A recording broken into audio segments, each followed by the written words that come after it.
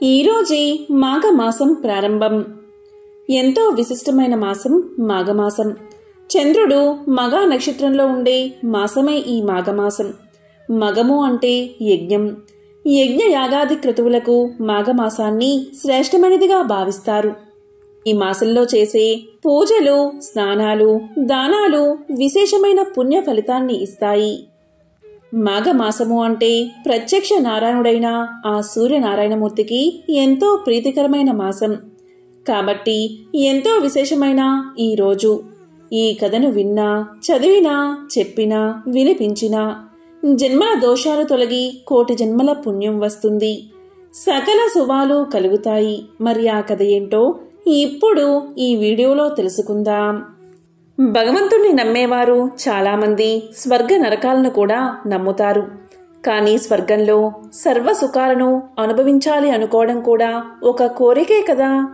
కోరిక అనేది ఉన్నప్పుడు దానికి మంచి చెడులు ఉంటాయి కదా. అందుకని స్వర్గాన్ని సైతం కాదనుకున్న ముద్గలుడు అని ఋషి కదా విని తీరాల్సిందే. పూర్వం ముద్గలుడు అని బ్రాహ్మణుడు ఉండేవాడు. పొలంలో మిగిలిన వడ్ల గింజలను ఏరుకుంటూ ఎవరన్నా దాతలు ధాన్యాన్ని దానం చేస్తే స్వీకరిస్తూ అతను కాలం గడిపేవాడు. ముద్గలుడు పేదవాడే కావచ్చు, కానీ సత్యాన్నే నమ్ముకున్న నీతిపరుడు.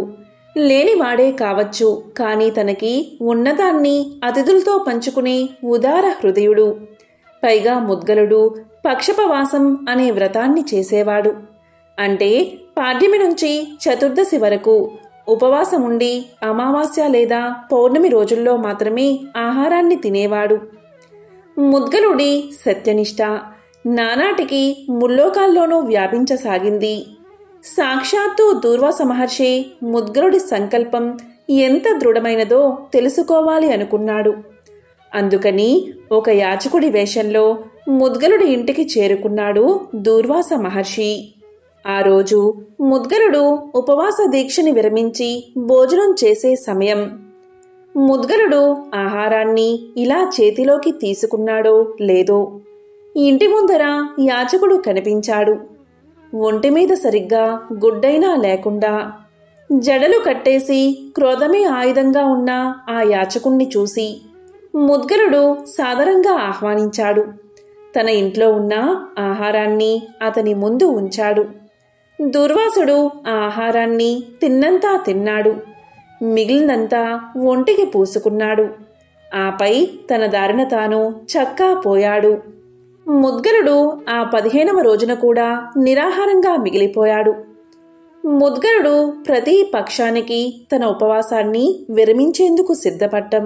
అదే సమయంలో ఆ ఉన్మత్తుడు వచ్చి తిన్నంతా తిని మిగతాది నేలపాలు చేసి పోవడం. ఇలా ఒకసారి కాదు, 2 సార్లు కాదు, 6 సార్లు జరిగింది. చివరికి దూర్వాసుడు ముద్గలునికి తన నిజరూపంలో దర్శనమిచ్చాడు. దూర్వాసుడు ఇలా పలికాడు: ముద్గల, నీ ఆతిథ్యం, ఉపవాస వ్రతం అసాధారణమైనవి. నీ వ్యక్తిత్వం ఇంత ఉన్నతమైనది కాబట్టే నువ్వు ఇన్నాళ్లుగా ఆకలిని కూడా తట్టుకుని జీవించగలిగావు. నీ దీక్షకు మెచ్చాను. నీకు స్వర్గలోక ప్రాప్తిని అనుగ్రహిస్తున్నాను అంటూ వరాన్ని అందించి వెళ్ళిపోయాడు దూర్వాసుడు. దూర్వాసుడు వరం ఇచ్చినట్లుగాని కొన్నాళ్లకి దేవదూతలు ముద్గలుణ్ణి స్వర్గానికి తీసుకువెళ్లేందుకు వచ్చారు. ముద్గలుణ్ణి దేవ విమానంలో కూర్చోమంటూ ఆహ్వానించారు. అప్పుడు ముద్గలుడు ఇలా పలికాడు: స్వర్గానికి వెళ్తాం, బాగానే ఉంది. అక్కడి మంచి చెడులు ఏమిటో నాకు ఒక్కసారి చెప్పండి అని దేవదూతల్ని అడిగాడు ముద్గలుడు. ముద్గలుడు అడిగిందే తరువాయి దేవదూతలు స్వర్గం వైశాల్యం గురించి, అక్కడి అందచందాల గురించి, సౌకర్యాల గురించి తెగ వర్ణించారు. అక్కడ అందాలే తప్ప ఆకలి దప్పికలు ఉండవని, సుఖాలే తప్ప రోగాలు ఉండవని ఓరించారు. ఇదంతా విన్న ముద్గలుడు సాలోచనగా ఇలా పలికాడు: మీరు స్వర్గంలో కనిపించే సానుకూలతల గురించి చెప్పారు. మరి అక్కడ ఏమన్నా దోషాలు ఉన్నాయా అని అడిగాడు దేవదూతల్ని. ముద్గలుడి ప్రశ్నకు దేవదూతలు కాస్త ఇబ్బంది పడుతూ ఇలా పలికారు: భూమి మీద ఉన్నప్పుడు చేసిన పుణ్యాల వల్ల స్వర్గప్రాప్తి లభించింది కదా. అయితే అక్కడ మళ్ళీ పుణ్యం చేసే అవకాశం ఉండదు. పైగా మీరు స్వర్గంలో సుఖాన్ని అనుభవిస్తున్న కొద్దీ ఆ పుణ్యం తరిగిపోతుంది. ఎప్పుడైతే ఆ పుణ్యం పూర్తిగా తరిగిపోతుందో తిరిగి ఈ భూలోకం మీద జన్మించాల్సి ఉంటుంది. అలా స్వర్గాన్ని వీడే సమయంలో మనసు వేదన చెందక మానదు. పైగా భూలోకంలో తిరిగి జన్మించక తప్పదు అని చెప్పుకొచ్చారు దేవదూతలు.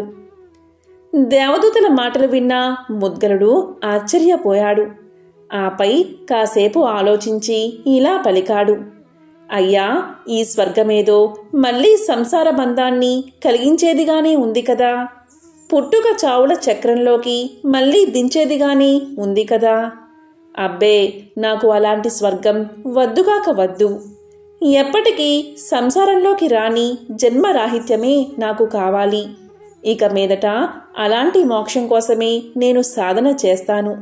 దయచేసి మీరు వెళ్ళి రండి అంటూ ఆ దేవదూతలను పంపేశాడు ముద్గలుడు.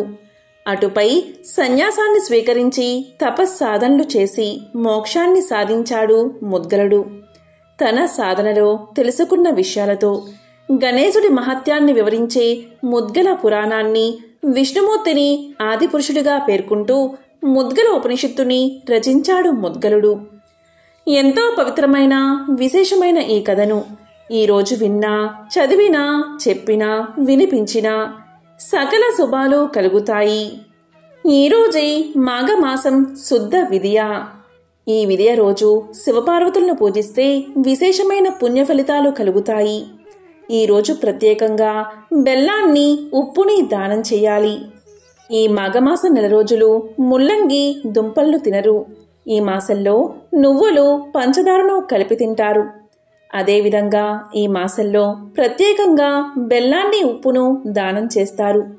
మరి ఎంతో విశేషమైన ఈ మాఘమాస విదియ రోజు దాన మహత్యాన్ని తెలిపే ఒక విశేషమైన కథను ఇప్పుడు ఈ వీడియోలో తెలుసుకుందాం. బలి చక్రవర్తి గురించి అందరికీ తెలిసే ఉంటుంది. ఆయన సాక్షాత్తు శ్రీ మహావిష్ణువుకి 3 అడుగుల భూమిని దానం చేసిన మహనీయుడుగా, గొప్ప దాతగా చరిత్రలో నిలిచిపోయాడు.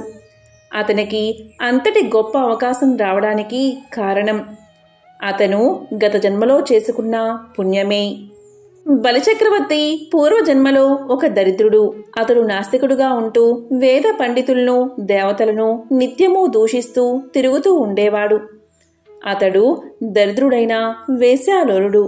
ఒకసారి వేశ్యా సంగమానికి సిద్ధమై ఎలాగో తాను సంపాదించిన తాంబూలం, సుగంధ ద్రవ్యాలను, శ్రీచందనం, కర్పూరం, మల్లె పువ్వులు ఇత్యాది భోగ వస్తువులను ఒక సంచిలో పెట్టుకుని వేశ్యావాటికకు బయలుదేరాడు. మార్గమధ్యలో కాలు జారి నేలమీద పడ్డాడు. అలా పడేటప్పుడు అతని తలకి బలంగా గాయమై మూర్ఛపోయాడు. ఆ సమయంలో అతనికి విచిత్రమైన ఒక ఊహ కలిగింది. అది ఏంటి అంటే, తన దగ్గర ఉన్న పరిమళ ద్రవ్యాలను శివుడికి నివేదన చేస్తున్నట్లు. అలా ఆ ఊహలో ఉండగానే అతను ప్రాణాలు విడిచాడు. తన దగ్గర ఉన్న సర్వస్వాన్ని భగవంతుడికి నివేదన చేసినందుకు గాను ఆ పరమేశ్వరుడి దయవల్ల అతనికి గొప్ప పుణ్యఫలం లభించింది. మరణించిన అతన్ని యమభటులు యమలోకానికి తీసుకుపోయారు. అక్కడ యముడు అతని పాప పుణ్యాలను విచారించగా అతను చేసిన పాపాలకి గాను ఘోరమైన నరక శిక్షలు విధించాల్సి ఉందని చిత్రగుప్తుడు చెప్పాడు. కాని అతను చివరలో తన యావత్తును ఆ పరమేశ్వరుడికి నివేదన చేస్తున్నట్లు భావించినందుకు గాను, ఊహించుకున్నందుకు గాను 3 గడియల పాటు అంటే 3 గంటల పాటు ఇంద్రపదవిని చేపట్టాల్సి ఉందని, అలా 3 గడియలు పూర్తయ్యాక అతన్ని నరకంలో పడేసి శిక్షించవచ్చని చెప్పాడు చిత్రగుప్తుడు. చిత్రగుప్తుడు చెప్పిందంతా విన్నా యముడు అతను ఇన్నాళ్ళు చేసిన పాపపు పనులు ఎంత ఘోరమైనవో తెలిసి వచ్చింది. తాను జన్మ చివరలో దేవుడికి అన్ని నివేదన చేస్తున్నట్లు తలుచుకోగాని ఎంత ఫలితం వచ్చింది. అలాంటిది తాను నిజంగానే దానం చేస్తే ఎంత బాగుంటుంది అనిపించింది అతనికి. ఇంతలో ఇంద్రుడు, ఇంద్రగణాలు మొత్తం అక్కడికి వచ్చి ఆ వేశ్యాలోలుణ్ణి ఐరావతం మీద ఎక్కించుకుని సకల లాంఛనాలతో సాదరంగా స్వర్గానికి తీసుకుపోయారు. అతను ఇంద్ర సింహాసనం మీద కూర్చున్న వెంటనే అగస్త్యుడికి ఐరావతాన్ని, విశ్వామిత్రుడికి ఉచ్చైశ్రవాన్ని, వశిష్ఠుడికి కామధేనువుని, గాల్యుడికి చింతామణిని, కౌండిన్యుడికి కల్పతరువును, ఇలా గొప్ప గొప్ప ఋషులకి విలువైన సంపదనంతా దానం చేసేశాడు. ఋషులంతా ఎంతగానో సంతోషించి అతన్ని ఆశీర్వదించారు. ఈ విధంగా 3 గడిల కాలం పూర్తయిపోయింది. ఇలా 3 గడిల కాలం అయిపోయిన వెంటనే ఇంద్రుడు ఇంద్రలోకానికి వచ్చాడు. ఐరావతం మొదలు పారిజాత వృక్షం వరకు అన్నిటినీ ఆ వేశ్యాలోలుడు దానం చేయడం తెలుసుకుని ఇంద్రుడు కోపగించుకున్నాడు. ఇంతలో యముడు అక్కడికి వచ్చాడు. ఆ పాపిని మరలా యమలోకం తీసుకువెళ్లడానికి సిద్ధం కమ్మన్నాడు. అయితే ఆ సమయంలో చిత్రగుప్తుడు అక్కడికి వచ్చి అతను ఈ 3 గడిల కాలంలో చేసిన పుణ్య ఫలితం వల్ల అతను ఇక మీదట నరకానికి రావాల్సిన అవసరం లేదని తెలియచేశాడు. భూలోకంలో మహాచక్రవర్తిగా జన్మిస్తాడని చెప్పాడు. కానీ ఇంతకు ముందు చేసిన తప్పులకు గాను అసుర వంశానికి రాజవుతాడని చెప్పాడు చిత్రగుప్తుడు. ఆ దాన ఫలితంగా బలి చక్రవర్తిగా అవతరించి సాక్షాత్తు శ్రీ మహావిష్ణువుకే 3 అడుగుల రూపేణా 3 లోకాలను దానం చేసిన పుణ్యాన్ని పొందాడు. చిరంజీవిగా పాతాళానికి రాజై నిలిచిపోయాడు. ఇది దానమహిమను తెలియచేసే ఒక గొప్ప కథ. మరి ఎంతో విశేషమైన ఈ మాఘమాసంలో మాఘ పురాణంలోని ఈ కథలను విన్నా, చదివినా, చెప్పినా, వినిపించినా ఆ లక్ష్మీనారాయణల అనుగ్రహం మీకు కలుగుతుంది. అదేవిధంగా ప్రత్యక్ష నారాయణుడైన సూర్యనారాయణమూర్తి యొక్క అనుగ్రహం కూడా మీకు లభిస్తుంది. మరి ఆ కథలేంటో ఇప్పుడు ఈ వీడియోలో తెలుసుకుందాం. ఒకనాడు కైలాసంలో పార్వతీదేవి పరమేశ్వరుణ్ణి చూసి, ప్రాణేశ్వర, సర్వలోకేశ్వర, మీరు ఎన్నో పుణ్యకథలు నాకు ఇదివరలో వినిపించారు. ఇప్పుడు మాఘమాస మహత్యాన్ని వివరంగా చెప్పవలసిందిగా కోరుతున్నానని అడగగా శంకరుడు అందుకు సంతోషించి ఇలా పలికాడు.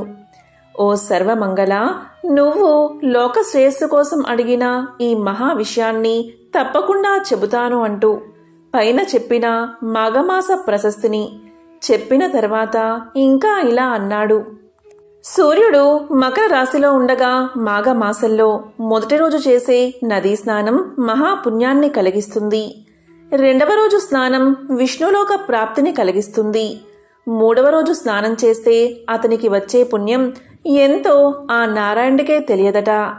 ఇక 1 రోజులు చేస్తే అతని పుణ్యం ఎంతో ఎవరు చెప్పగలరు?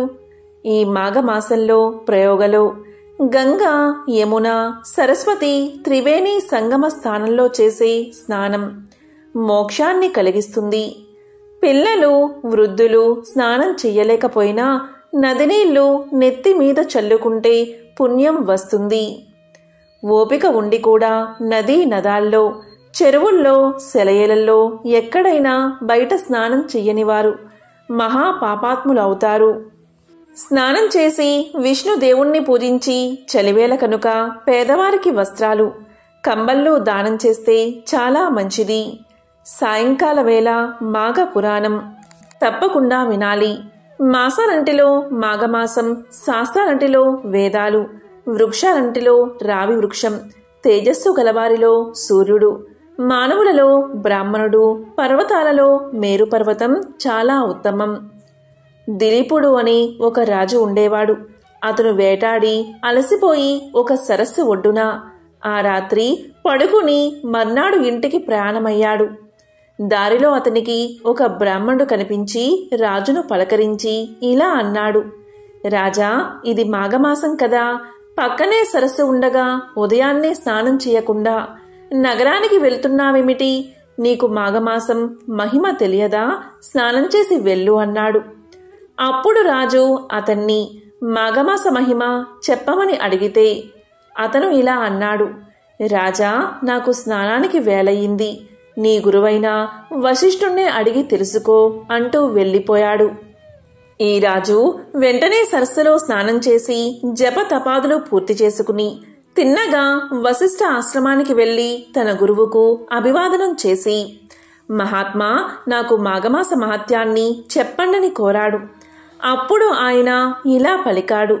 రాజా, నువ్వు అడిగింది గొప్ప విషయం. ఈ మాఘమాసం ఇటు శివుడికి అటు నారాయణుడికి కూడా చాలా ప్రీతికరమైనది. మాఘ స్నానమే మహాపుణ్యప్రదం అనుకుంటే పూజలు, దానాలు ఇంకా ఎంత పుణ్యాన్నిస్తాయో ఊహించగలమా? మాఘ స్నానం వల్ల పాపాలు పోగొట్టుకున్న వారి కథ చెబుతాను, విను అంటూ ఇలా చెప్పడం ప్రారంభించాడు. పూర్వం ఒకప్పుడు వానలు లేక పంటలు పండక చాలా భీకరమైన కరువు వచ్చింది. తిండి లేక మనుషులు, జంతువులు కూడా చాలా బాధలు పడ్డారు. భృగు మహర్షి అంతటివాడు ఆ బాధపడలేక కైలాస పర్వత ప్రాంతానికి వెళ్లి ఆశ్రమాన్ని నిర్మించుకుని తపస్సు చేసుకుంటున్నాడు. ఒకనాడు అక్కడికి ఒక గంధర్వుడు తన భార్యతో విహారానికి వచ్చాడు. భార్య మహా సౌందర్యవతి, అతడేమో పులి మొహం కలవాడు. అతడు భృగు మహర్షికి నమస్కారం చేసి ఇలా అన్నాడు, స్వామి, నేనొక మునికి అపచారం చేశాను. అప్పుడు అతడు నన్ను పులిమొహం కలవాడు కమ్మని శపించాడు. ఈ ముఖం నాకు చాలా వికారంగా ఉంది. ఈ శాప విముక్తి కలిగి నా పూర్వరూపం నాకు వచ్చేటట్లు అనుగ్రహించండి అని ప్రార్థించాడు. గంధర్వుణ్ణి చూసి భృగు మహర్షి చాలా జాలిపడ్డాడు. నాయనా, ఈ జన్మలోనో పూర్వజన్మలోనో చేసిన పాపం మనల్ని వెంటాడుతుంది. దాన్ని పోగొట్టుకోవాలి అంటే మనం కొన్ని పుణ్యకార్యాలు నియమబద్ధంగా ఆచరించాలి. అలాంటి పుణ్య ధర్మ కార్యాల వల్ల పాపం క్షీణిస్తుంది. పుణ్య నదుల్లో స్నానం, పుణ్యక్షేత్రాల్లో దైవారాధన, దానాలు ధర్మాలు చేయడం, తపస్సు చేయడం ఇలాంటివి చేయడం మంచిది. కొన్ని సమయాలకు, కొన్ని తీర్థాలకు, కొన్ని క్షేత్రాలకు కొన్ని ప్రత్యేకతలు, మహిమలు ఉంటాయి. అలాగే మాఘమాసం ఉంది. ఇది అన్ని మాసాలలోకెల్లా ఉత్తమం అంటారు. ఈ మాసంలో చేసే నదీ స్నానాలు, దానాలు, ధర్మాలు, పురాణ శ్రవణాలు విశేష ఫలితాన్ని ఇస్తాయి. ఇది మాఘమాసం. నీ అదృష్టం వల్ల ఇది కలిసి వచ్చింది. రోజూ ఉదయాన్నే ఇంట్లో కాక ఏదో ఒక జలాశయంలో స్నానం చేసి విష్ణు దేవుణ్ణి పూజించి మాఘ పురాణం విని సత్కార్యాలు చెయ్యి. దానితో నీ పాపం తొలగిపోయి శాప విముక్తి కలుగుతుంది అని చెప్పగా విని ఆ గంధర్వుడు మాఘమాసం 4 రోజులు నియమనిష్ఠులతో వ్రతాన్ని ఆచరించి తన పాపాలు పోగొట్టుకున్నాడు. దానితో అతని పులిముఖం పోయి ఇదివరకటి తన రూపం తనకు వచ్చింది. దానితో పరమ సంతోషం పొందినవాడై భృగు మహర్షికి నమస్కారం చేసి భార్యా సమేతుడైన తన లోకాలకు వెళ్ళిపోయాడు. ఓ దిలీప మహారాజా, మాఘస్నాన మహిమను చూశావు కదా, నీకు మరొక కథ చెబుతాను, విను అంటూ వశిష్ఠుడు ఇలా చెప్పసాగాడు. కైలాసంలో పరమేశ్వరుడు సర్వమంగళాదేవిని చూసి మాఘమాస వ్రతం చేసి చిరకాల సౌభాగ్యాన్ని సొంతం చేసుకుని సర్వపాప విముక్తురాలై భర్తతో విష్ణు లోకాన్ని చేరిన బ్రాహ్మణ పుత్రిక కథ చెబుతాను, వినమంటూ ఇలా చెప్పడం ప్రారంభించాడు ఆ మహాదేవుడు. పూర్వకాలంలో సౌరాష్ట్ర దేశంలో సుదేవుడు అనే బ్రాహ్మణుడు ఉండేవాడు. అతను మహాపండితుడు. అతని దగ్గరకు వచ్చి చాలామంది శిష్యులు వేద శాస్త్రాలను అధ్యయనం చేస్తూ ఉండేవారు. ఆయనకు ఒక కుమార్తె ఉంది. ఆమె మహా సౌందర్యవతి, యుక్త వయస్కురాలు అయ్యింది. వసుదేవుడు ఆమెకు సంబంధాల కోసం వెతుకుతున్నాడు. ఒకనాడు సుమిత్రుడు అనే శిష్యుణ్ణి గురువుగారు ఫలాలు, సమిదలు, దర్భలు తెమ్మని అడవికి పంపారు. అతనితో పాటు గురుపుత్రిక కూడా ప్రయాణమైనది. సుమిత్రుడు ఎంతగా నివారించినా వినకుండా అతని వెంట అడవికి బయలుదేరింది. అడవిలో చాలా దూరం వెళ్ళాక ఒక పెద్ద చెరువు కనిపించింది. దాని చుట్టూ చెట్లు, లతలు, పూలతోనూ కాయలతోనూ చాలా మనోహరంగా కనిపిస్తున్నాయి. ఆ పూల మీద నుంచి వచ్చే గాలులు సువాసనతో అలసిపోయిన వారిని సేద తీరుస్తున్నాయి. నీరు కలువలతోనూ తామరలతోనూ నిండి నిర్మలంగా ఉంది. ఆ పూల మీదగా తిరుగుతున్న తుమ్మెదల హూంకారంతో ఆ ప్రదేశమంతా నిండిపోయింది. చిలుకలు గోరువంకులు పలికే కమ్మని పాటలు చెవులకు ఇంపుగా వినిపిస్తున్నాయి. గురుపుత్రిక ఆ చెరువులోని నీళ్లు తాగి కొన్ని పళ్ళు తిని విశ్రాంతిగా కూర్చుంది. అప్పుడు ఆమె తలలో ఒక వికృతమైన ఆలోచన వచ్చింది. నేను పడుచుదానిని, నా పక్కనే అందగాడైన పడుచువాడున్నాడు. ఇది ఏకాంత మనోహర ప్రదేశం. ఇలాంటి చోట నా యవ్వనాన్ని ఎందుకు సార్థకం చేసుకోకూడదు అనుకుంది ఆమె. వెంటనే సుమిత్రుణ్ణి దగ్గరకు చేరి మెల్లగా తన మనసులోని కోరికను తెలియచేసింది. అతడు హరి హరి అంటూ 2 చెవులు మూసుకుని ఇలా పలికాడు. నీవు మా గురు పుత్రికవు, నాకు సోదరులాంటి దానివి. నీవు ఇలాంటి అసభ్యమైన కోరిక కోరకూడదు. ఇది చాలా తప్పు. నీ మనసు మార్చుకుని ఇంటికి పదమన్నాడు సుమిత్రుడు. కాని గురుపుత్రిక తన కోరికను ఆపుకోలేక ఇలా పలికింది. నేను సౌందర్యవతిని కానా? నన్నెందుకు తిరస్కరిస్తున్నావు? ఈ ఏకాంత మనోహర ప్రదేశంలో మన విహారం ఎంత ఆనందాన్ని ఇస్తుందో నీకు తెలియదా? నువ్వు నన్ను కాదంటే ఈ చెరువులో దూకి ఆత్మహత్య చేసుకుంటాను. నేను లేకుండా ఒంటరిగా ఇంటికి వెళితే నిన్ను మా తండ్రి శపిస్తాడు. అంతటి అనర్థాన్ని కొని తెచ్చుకోవడం తెలివైన పని కాదు. రా, నాతో ఆనందంగా విహరించు, కాదనకు అని అతన్ని నిర్బంధించింది. సుమిత్రుడు ఇంకా ఆమె మాట కాదనలేకపోయాడు. అక్కడున్న పూలతోనూ ఆకులతోనూ చిగుళ్లతోనూ పాన్పు అమర్చుకుని వారిద్దరూ ఆనంద డోలికల్లో తేలిపోయారు. తనివి తీరా సౌఖ్యాలు అనుభవించిన తరువాత వారిద్దరూ పళ్ళు దర్బలు సమిదలో తీసుకుని ఇంటికి చేరుకున్నారు. ఆ తర్వాత కొంతకాలానికి గురుపుత్రికకు కాశ్మీర దేశీయుడైన బ్రాహ్మణ యువకుడితో సంబంధం కుదిరింది. సుదేవుడు కుమార్తె వివాహాన్ని చాలా వైభవంగా జరిపించి ఆమెను అత్తవారింటికి పంపించాడు. ఆమె భర్తతో కొన్నాళ్లై కాపురం చేసింది. ఉన్నట్టుండి ఆమె భర్తకు హఠాత్తుగా ఏదో రోగం పట్టుకుంది. ఎంతో మంది వైద్యులకు చూపించినా ఎన్ని మందులు మింగించినా ఆ రోగం ముదురుతుంది కాని తగ్గడం లేదు. జీవచ్చవంలా అయిపోయాడు. చిన్నతనంలోనే ఆమెకు సంసార సౌఖ్యం లేకపోయినందుకు ఆమె తల్లిదండ్రులు చాలా విచారిస్తున్నారు. ఒకనాడు దృఢవ్రతుడు అనే ఒక మహాయోగి సుదేవుని ఇంటికి వచ్చాడు. సుదేవుని విచారానికి కారణం అడిగాడు. ఆయన కుమార్తె అవస్థ గురించి చెప్పి విచారించాడు. అప్పుడు దృఢవ్రతుడు తన దివ్య దృష్టితో చూసి, సుదేవా, నీ కుమార్తె పూర్వజన్మలో ఒక రాజకూతురు. అయినా వయసు వచ్చినప్పటి నుంచి వ్యభిచారిణి అయి పరపురుషులతో ఆనందిస్తూ ఉండేది. తన స్వేచ్ఛా విహారానికి అడ్డు వస్తున్నాడని తన భర్తను కూడా రహస్యంగా చంపించింది. చివరికి రోగిష్టిదై ఆ బాధలు పడలేక ఆత్మహత్య చేసుకుంది. భర్తను చంపిన దోషం వల్ల, ఆత్మహత్యా దోషం వల్ల ఆమెకు ఈ జన్మలో ఈ పరిస్థితి కలిగింది. అంతటి పాపాత్మురాలు స్తోత్రియ బ్రాహ్మణుడివైనా నీ ఇంట్లో ఎలా పుట్టింది అనుకుంటున్నావా? దానికి కూడా ఒక కారణం ఉంది. ఆ పూర్వజన్మలో తన స్నేహితురాలు బలవంతం చేస్తే ఒక మాఘశుద్ధ సప్తమి నాడు సరస్వతీ నదికి వెళ్ళింది. చెలికత్తెలతో పాటు స్నానం చేసింది. వారు ఇసుకతో గౌరీదేవిని చేసి పూజిస్తుంటే వారి నిర్బంధం మీద 4 పువ్వులు గౌరీదేవి మీద వేసింది.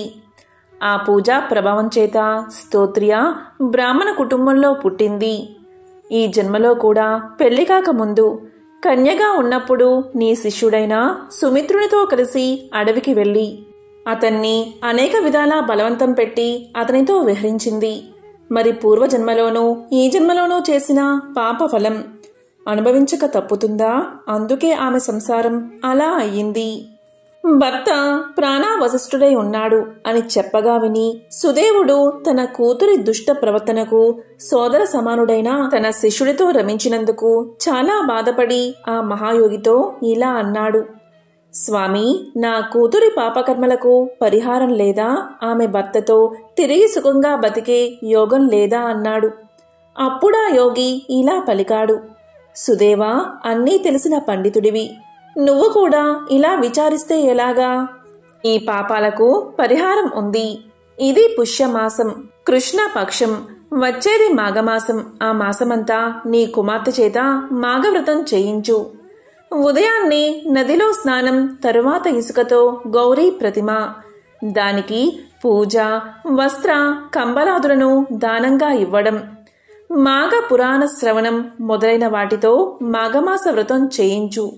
అంతేకాదు మాఘశుద్ధ తదేనాడు ఒక చేటతో పసుపు, కుంకుమ, చీర, రవికల గుడ్డ, చెవి కమ్మలు, పళ్ళు, పూలు మొదలైనవి పెట్టి ఇంకొక చేట దానిమీద బోర్లించి 7 ముత్తైదువులకు మూసి వాయినాలు ఇప్పించు. దక్షిణ తాంబూలాలతో వారికి పూజలు జరిపించు. ఈ మాఘమాస వ్రతం యథావిధిగా ఇలా జరిపిస్తే మీ అల్లుడు బతుకుతాడు. నీ కుమార్తె సర్వపాప విముక్తురాలై నూరేళ్లు మాంగళ్య శోభలతో సంతానవతి అయి జీవిస్తుంది అని చెప్పి వెళ్ళిపోయాడు. సుమిత్రుడు తన కుమార్తె చేత మాఘమాస వ్రతం చేయించాడు. ఆమె పాపాలు తొలగిపోగా తన భర్తతోనూ సంతానంతోనూ నూరేళ్లు సుఖంగా జీవించి చివరికి శ్రీ లక్ష్మీనారాయణుని సాన్నిధ్యాన్ని పొందింది అని పరమశివుడు పార్వతికి తెలియచేశాడు. పార్వతీదేవి పరమేశ్వరుడు చెప్పింది విని ఇలా పలికింది. మహాదేవా, గురుపుత్రిక వృత్తాంతం చెప్పారు. సరే, మరి శిష్యుడైన సుమిత్రుడు ఏమయ్యాడు? అతని విషయం కూడా చెప్పండి అని అడిగింది. అప్పుడు పరమశివుడు ఇలా పలికాడు. దేవి, చెబుతాను విను. ఆ సుమిత్రుడు గురుపుత్రికతో సంగమించి చేసిన మహాపాపానికి తర్వాత చాలా పశ్చాత్తాపపడ్డాడు. నేను చేసిన ఈ పాపం ఎలా తొలగిపోతుంది, నాకు ఉత్తమ గతులు ఎలా కలుగుతాయి అని ఆవేదన చెంది ఆ గురువుగారిని అడిగి తెలుసుకోవాలని చివరికి నిర్ణయించుకున్నాడు. గురువుగారి దగ్గరకు వచ్చి సాష్టాంగ నమస్కారం చేసి ఇలా పలికాడు. గురుదేవా, నేను మీ దగ్గర విద్యాభ్యాసం చేస్తున్న సమయంలో మీకు తెలియకుండా ఒక మహా అపచారం చేశాను. అది నన్ను నిలువునా దహించి వేస్తుంది. ఆ పాపానికి ప్రాయశ్చిత్తం చేసుకుంటే కాని నాకు మనశ్శాంతి లేదు. మీ దగ్గర చదువుకునే రోజుల్లో ఒకనాడు దర్బలు సమిదలు తేవడానికి అడవికి వెళ్ళాను. అప్పుడు మీ కుమార్తె కూడా నా వెంట అడవికి వచ్చింది. ఏదో బాల్య చాపల్యం చేత వస్తుందిలే అనుకున్నాను. అక్కడ ఒక చెరువు, చెట్ల నీడలో ప్రశాంత మనోహర వాతావరణం చూసి ఆమె చాలా ఉద్రేక పరురాలై తన కోరిక వెల్లడించింది. నేను అది తప్పు అని వారించాను. కానీ ఆమె వినకుండా తన కోరిక తీర్చకపోతే ఆ చెరువులో దూకి చస్తానని బెదిరించింది. అందువల్ల భయపడిన నేను ఆమె కోరిక తీర్చవలసి వచ్చింది. ఏది ఏమైనా అది మహాపాతకం కదా, దానికి ప్రాయశ్చిత్తమేమిటో దయచేసి నాకు చెప్పండి అంటూ గురువుడు పాదాలు వదిలిపెట్టక ఏడవడం ఆరంభించాడు. నిజానికి గురువునకు అతన్ని చూడగానే కోపం వచ్చింది. తన కుమార్తెకు అంతటి కష్టం కలగడానికి కారణమైనవాడు వీడే అని శపిద్దామనుకున్నాడు. కాని అతని పశ్చాత్తాపం చూశాక ఆ కోపం పోయింది. వెంటనే అతన్ని లేవదీసి గురువుగారు ఇలా పలికారు. నాయనా, ప్రారబ్ధ కర్మాన్ని ఎవరికైనా అనుభవించక తప్పదు. నా కుమార్తె కూడా ఈ దోషం వల్ల చాలా బాధలు పడింది. చివరికి మాఘమాస వ్రతం చేసి తన భర్తను బతికించుకుని ఇప్పుడు సుఖంగా ఉంది. నువ్వు కూడా ఇతరుల బలవంతం చేత పాపం చేసి దానికి పరిహారం కోసం అడుగుతున్నావు కాబట్టి చెబుతాను. నదులన్నిటిలో గంగానది ఉత్తమమైనదని పురాణాలు చెబుతున్నాయి. కాబట్టి గంగా తీరంలో ఉన్న కాశీ నగరానికి పోయి అక్కడ 12 సంవత్సరాలు తపస్సు చెయ్యి. అదే నీ పాపానికి తగిన ప్రాయశ్చిత్తం అని చెప్పి పంపాడు గురువు. సుమిత్రుడు గురువుగారు తన్ని శపించకుండా ప్రాయశ్చిత్తం చెప్పి అనుగ్రహించినందుకు చాలా సంతోషిస్తూ కాశీ నగరానికి ప్రయాణమయ్యాడు. మార్గ మధ్యలో అతనికి ఒక ఆశ్రమం కనిపించింది. అక్కడ కొంచెం విశ్రాంతి తీసుకుని బయలుదేరదాము అనుకుని సుమిత్రుడు ఆ ఆశ్రమానికి వెళ్ళాడు. అది మాఘమాసం కావడం చేత ఆ ఆశ్రమంలో ఉండేవారందరూ నదిలో ప్రాతకాల స్నానం చేసి శ్రీ లక్ష్మీనారాయణుడికి షోడశోపచారాలతో సహస్రనామ పూజ చేసి అనేక విధాలైన ఫలాలు నైవేద్యం పెట్టి నీరాజన మంత్ర పుష్పాలు సమర్పించి పద్మ పురాణాంతర్గతమైన మాఘపురాణం ఆ ఆశ్రమాధిపతి వినిపిస్తూ ఉండగా విని ఆ తరువాత తమ తమ కార్యక్రమాలలోకి వెళ్లడం చూశాడు. సుమిత్రుడు వారి దగ్గరకు వెళ్ళి, అయ్యా, మీరు చేస్తున్న ఈ కార్యక్రమం ఏమిటి, దీని ఫలితమేమిటి, నాకు వివరంగా చెప్పండి అని అడిగాడు. వారిలో సత్యవ్రతుడు అనే ముని సుమిత్రుడితో ఇలా పలికాడు. నాయనా, దీన్ని మాఘమాస వ్రతము అంటారు. సూర్యుడు మకర రాశిలో ఉన్నప్పుడు మాఘమాసంలో పొద్దున్నే ఒక నదిలో కానీ సరస్సులో కానీ స్నానం చేసి శ్రీనారాయణ్ణి ఆరాధించి ఆయన మహత్యాన్ని చెప్పే మాఘ పురాణాన్ని శ్రద్ధగా వినాలి. ఇలా మాఘమాసమంతా ఒక వ్రతంలా చేసిన వారికి సర్వ పాపాలు నశించి శ్రీ విష్ణుదేవుని అనుగ్రహం వల్ల చివరికి మోక్షం కూడా లభిస్తుంది. ఈ మాఘమాస వ్రతం చెయ్యకుండా దీన్ని పరిహసిస్తూ ఆక్షేపించేవాడు మహారౌరవ నరకాన్ని పొందుతాడు. బ్రహ్మహత్య చేసినంత పాపాన్ని మూటగట్టుకుంటాడు. అసత్య సాక్ష్యం చెప్పినవారు, దురాచార పరురాలు, పరస్త్రీ సాంగత్యం చేసినవారు, దేవుడి ద్రవ్యం అపహరించినవాడు, తానిచ్చిన దానిని తస్కరించినవాడు, దేవ బ్రాహ్మణులు తిట్టినవాడు, సోదరుని భార్యతో రమించేవాడు, ఆడిన మాట తప్పినవాడు, వివాహాది శుభకార్యాల్ని చెడగొట్టేవాడు, తల్లిదండ్రుల్ని ద్వేషించేవాడు ఎలాంటి దుర్గతిని పొందుతారో అలాంటి దుర్గతిని ఈ మాఘమాస వ్రతాన్ని పరిహసించేవాడు పొందుతాడు. ఈ మాసంలో కంబల దానం, వస్త్రదానం, అన్నదానం, కన్యాదానం చేసిన వారి పుణ్యం ఇంత అని చెప్పడానికి 1000 నోళ్లున్నా ఆదిశేషుడికి కూడా సాధ్యం కాదు. సుమిత్రుడు తాను చేసిన పాపం, గురువుగారు చెప్పిన ప్రాయశ్చిత్తం అన్నీ చెప్పాడు. అప్పుడు సత్యవ్రతుడు, అయ్యా, ఈ మాఘమాసం ఇంకా 3 రోజులు ఉంది. ఈ 3 రోజులు నియమనిష్ఠులు గల వాడవై మాఘస్నాన, జప, విష్ణు పూజ, పురాణ శ్రవణాదులు ఆచరించినట్లయితే నీ పాపం పటాపంచలు అవుతుంది. ఆ తరువాత మీ గురువుగారు చెప్పినట్లు గంగా తీరంలో తపస్సు చేయవచ్చు అంటూ ఆ మాఘమాసం వ్రత విధానాన్ని వివరంగా చెప్పాడు. సుమిత్రుడు తనకు కలిగిన అదృష్టానికి ఆనందించి ఆ మునులతో పాటు మిగిలిన 3 రోజులు మాఘవ్రతాన్ని ఆచరించి ఆ మునుల దగ్గర సెలవు తీసుకుని కాశీ నగరానికి ప్రయాణమయ్యాడు. అతడు కాశీకి చేరి శ్రీ అన్నపూర్ణ విశ్వనాథులను సేవించుకుని ఆ తరువాత ఒక ఏకాంత ప్రదేశంలో కూర్చుని జితేంద్రియుడై సీత వాతాతపములను లెక్కించక శంఖచక్ర గదాపాణి అయిన శ్రీ లక్ష్మీనారాయణ్ణి హృదయ పద్మంలో నిలుపుకుని భ్రూమధ్యంలో దృష్టి నిలిపి ఇతర చింతలను దరిచేరనీయకుండా 12 సంవత్సరాలు తీవ్రమైన తపస్సు గురువు చెప్పినట్లు చేశాడు. దీంతో శ్రీ లక్ష్మీనారాయణుడు ప్రసన్నుడై అతనికి మోక్ష సామ్రాజ్యాన్ని అనుగ్రహించాడు. పార్వతీదేవి ఆ సుమిత్రుడు మాఘమాస వ్రతంతోనూ గురువు చెప్పిన తపస్సుతోనూ సర్వ పాపాలు పోగొట్టుకుని శాశ్వత ఆనందాన్ని ఇచ్చే మోక్షాన్ని కూడా పొందగలిగాడు అని చెప్పగా విని పార్వతీదేవి చాలా సంతోషించింది. ఎంతో పవిత్రమైన విశేషమైన ఈ కథలను ఈరోజు విన్నా, చదివినా, చెప్పినా, వినిపించినా జన్మల పాపాలు తొలగి 1,000,000 జన్మల పుణ్యం వస్తుంది. సకల శుభాలు కలుగుతాయి. ఓం నమః శివాయ. ఓం నమో నారాయణాయ. ఓం సూర్యాయ నమో నమః.